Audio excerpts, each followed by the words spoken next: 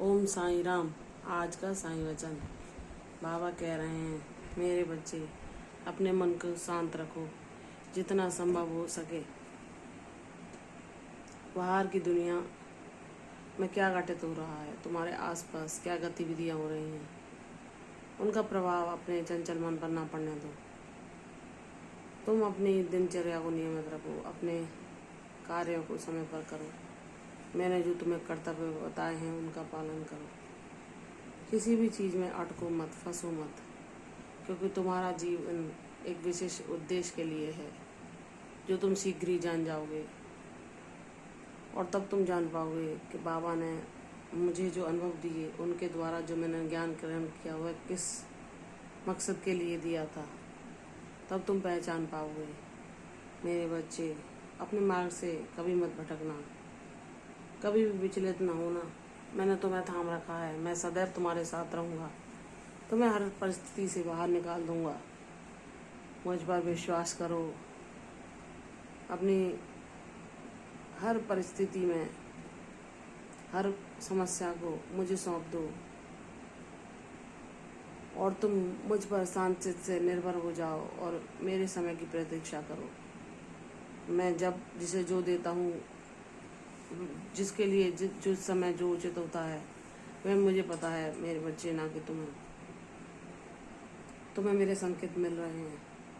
तुम्हारे जीवन में सुख और समृद्धि शीघ्र ही आने वाली है। मेरे संकेतों को समझो और प्रसन्न रहो। अपने मन को शांत रखना सीखो। मैं तुम्हें एक पल के लिए भी अकेला नहीं छोड़ता। तुम जहाँ भी जाते हो मैं तुम्हारे साथ रहता हूँ, इस बात का भी मैं तुम्हें अनुभव करा देता हूँ। तो मेरे बच्चे, जिसके साथ स्वयं परम ब्रह्म की शक्ति है, जिसके साथ स्वयं ईश्वर वास करते हैं, उसे कभी भी उदास निराश नहीं होना चाहिए। उसे किसी परिस्थिति से घबराना नहीं चाहिए।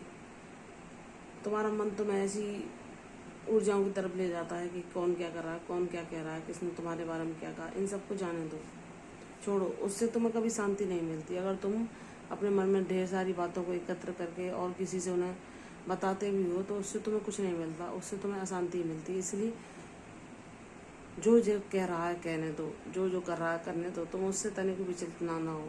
मैं जानता हूँ कि तुम अभी आत्मनिर्भर नहीं हो। मैं शीघ्र ही तुम्हें आत्मनिर्भर भी बना दूंगा।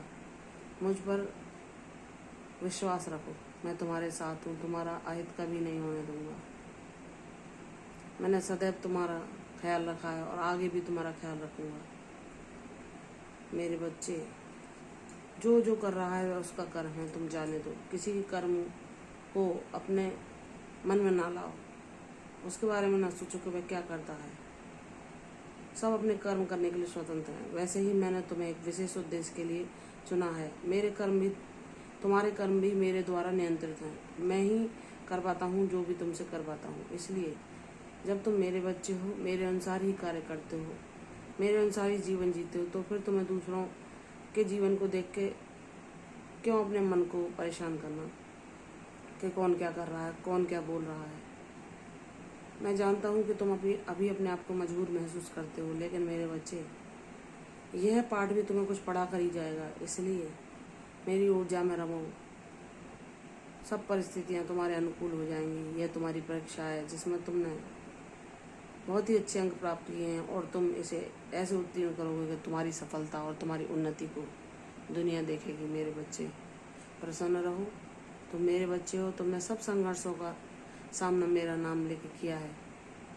थोड़ी सी सब्र धारण करो, मैं तुम्हारे सब कष्टों का शीघ्र ही अंत कर दूंगा और तुम्हारे जीवन में सुख और शांति स्थिर भाव से रहेगी। प्रसन्न रहो, तुम्हारा कल्याण होगा। आयुष्मान रहो। कल फिर आऊँगी साईं वचन के साथ। तब तक के लिए ओम साईं राम।